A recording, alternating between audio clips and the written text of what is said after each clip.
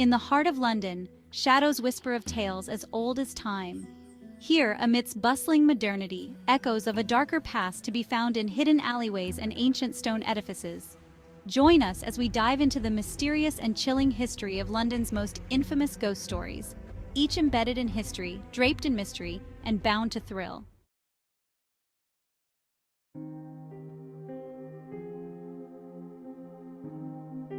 The Tower of London stands as a sentinel on the Thames, its imposing structure a reminder of England's turbulent past. Its ancient stones are steeped in stories of power, betrayal, and tragedy, each brick whispering secrets of the past. One of its most tragic figures is Anne Boleyn, the second wife of Henry VIII. Her story is one of ambition, love, and ultimate betrayal. Her execution left a spectral imprint on its grounds, a haunting presence that lingers to this day. My rise was meteoric. From a lady-in-waiting to the Queen of England, I captured the heart of a king and changed the course of history. But my fall was swift and unforgiving. Betrayal, heartbreak, and political machinations led to my downfall. I was accused of treason, adultery, and incest, charges that were as shocking as they were false. Bloodshed marked my final days. I was imprisoned in the Tower of London, awaiting my fate. The walls that once echoed with my laughter now heard my cries of despair. Visitors have reported seeing a white, headless figure moving gracefully through the tower grounds, a spectral reminder of Anne's tragic end. Some say they have felt a cold breeze or heard the faint rustle of a gown in the dead of night. Others have heard ghostly weeping by the Traitor's Gate, the very place where Anne entered the tower for the last time. The sorrowful sounds echo through the centuries, a testament to her enduring spirit. The Tudor period was a time of political intrigue, where alliances were made and broken in the blink of an eye. My life and death were emblematic of the brutal nature of the times. My execution was not just a personal tragedy, but a political statement. It was a warning to others who might dare to challenge the king's authority. The Tower of London, with its dark history, stands as a silent witness to my story and the countless others who met their end within its walls. Today, the Tower of London is a place of reflection where visitors can walk in the footsteps of history. They come to see the crown jewels, the yeoman warders, and the ancient ravens, but many are drawn by the stories of those who lived and died here. Anne Boleyn's story is one of the most compelling. Her ambition, her love for Henry, and her tragic end continue to captivate the imagination. Her ghost, it is said, still roams the tower, a restless spirit seeking justice or perhaps simply peace. As night falls, the tower takes on a different character. The shadows lengthen and the air grows colder. It is in these quiet, dark hours that the past feels most present, and the ghost of Anne Boleyn seems closest. Her trial was a spectacle, a tragic farce that sealed her fate. The charges were fabricated, the outcome predetermined. Yet Anne faced her accusers with dignity, knowing that her legacy would endure. The Tower of London, with its rich and often dark history, remains a symbol of the complexities of power and the human spirit. Anne Boleyn's ghost is a reminder of the price of ambition and the enduring nature of love and betrayal. Today, visitors from around the world come to the tower, drawn by its history and its mysteries. They walk the same paths that Anne once did, perhaps hoping to catch a glimpse of her ghostly figure or to feel the chill of her presence. The Tower of London stands as a bridge between the past and the present, a place where history is not just remembered but felt. Anne Boleyn's story, with its drama and tragedy, is a vital part of that history, a tale that continues to resonate through the ages.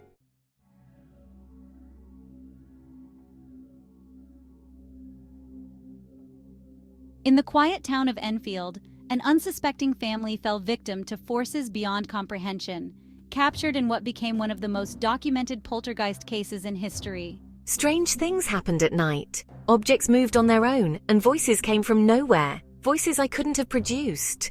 Police officers and other witnesses reported moving objects, adding credibility to the family's disturbing experiences. The media coverage was overwhelming, and the involvement of paranormal investigators brought even more attention to our plight. The Enfield case fueled public fascination and skepticism, highlighting controversial perspectives and leaving a lasting impact on paranormal studies.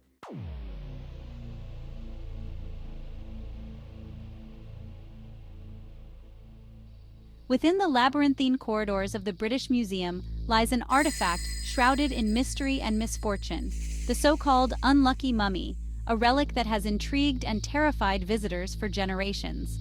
This ancient Egyptian artifact, believed to be the mummy of a high priestess, has a reputation that precedes it.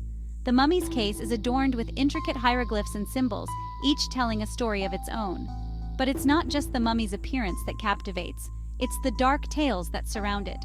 The unlucky mummy is believed to carry a deathly curse, a curse that has allegedly brought misfortune and death to those who have come into contact with it.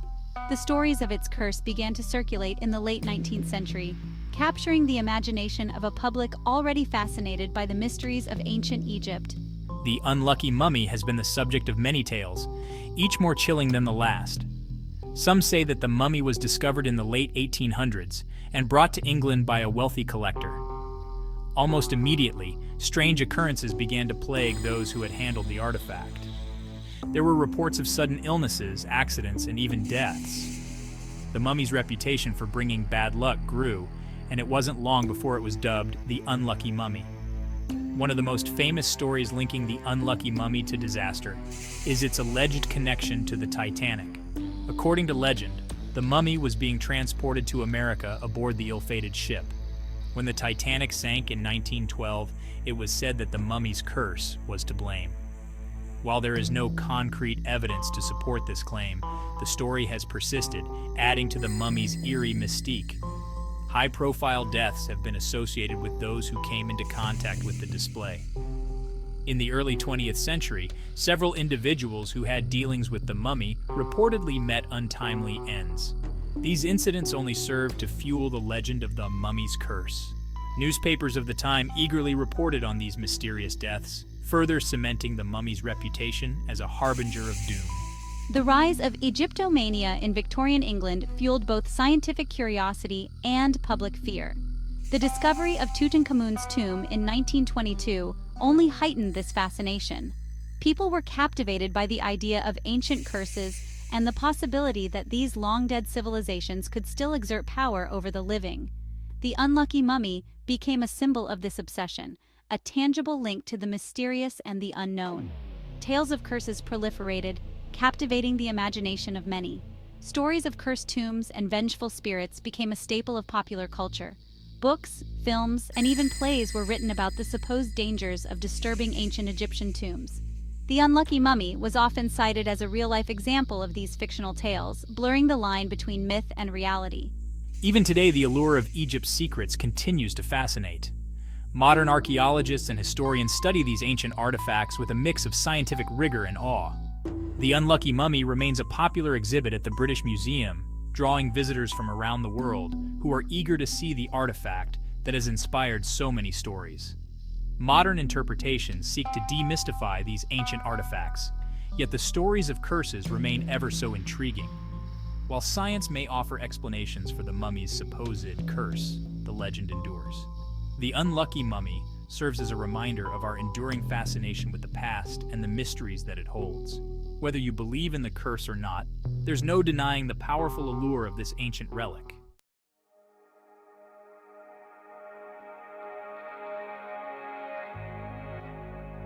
Renowned as London's most haunted house, 50 Berkeley Square conceals a macabre legend, a youthful tragedy caught in an endless loop of despair. They say I haunt these halls, forever reliving the sorrow that once consumed me. Men have gone mad, and unexplained deaths have occurred within these walls.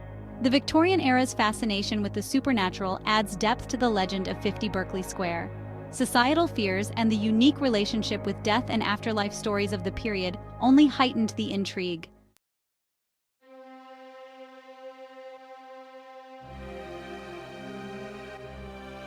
Drury Lane, home not just to actors and audiences, but a benevolent spirit known as the Man in Grey, who oversees the theater with watchful eyes.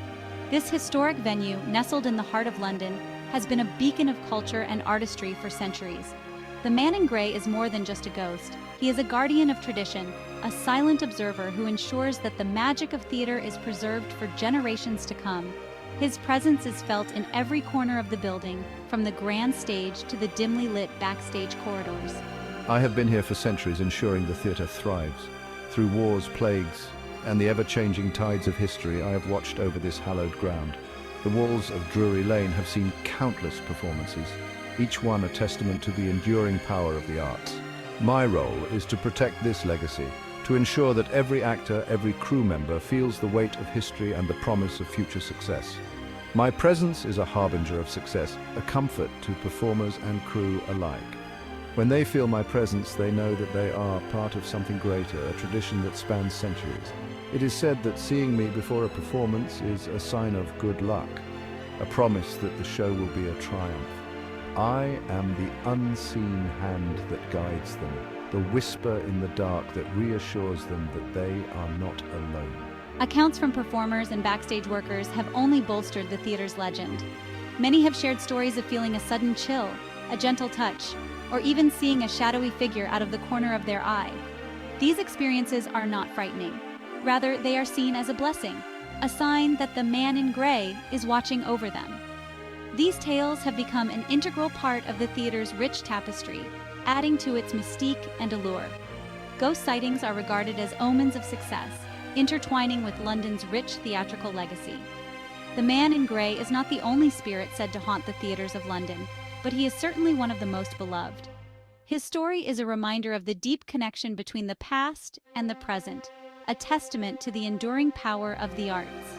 The theater is a place where history comes alive, where the ghosts of the past walk hand in hand with the performers of today.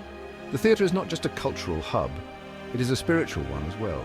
It is a place where dreams are born, where stories are told, and where the past and present collide in a beautiful dance.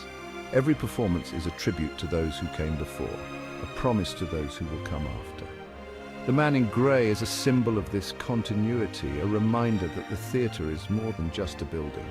It is a living, breathing entity. Our stories, our history, they live on through every performance, every whisper in the dark. The theatre is a place of magic and mystery, a place where the impossible becomes possible. It is a place where the past is never truly gone, where the spirits of those who came before continue to inspire and guide us. The man in grey is a part of this magic, a guardian of the theatre's soul. His presence is a reminder that the theatre is a place of wonder, a place where dreams come to life. If you enjoyed this journey through London's haunted theaters, please like and subscribe to our YouTube channel for more ghostly tales and historical adventures. Your support helps us bring more stories to life. Thank you for watching.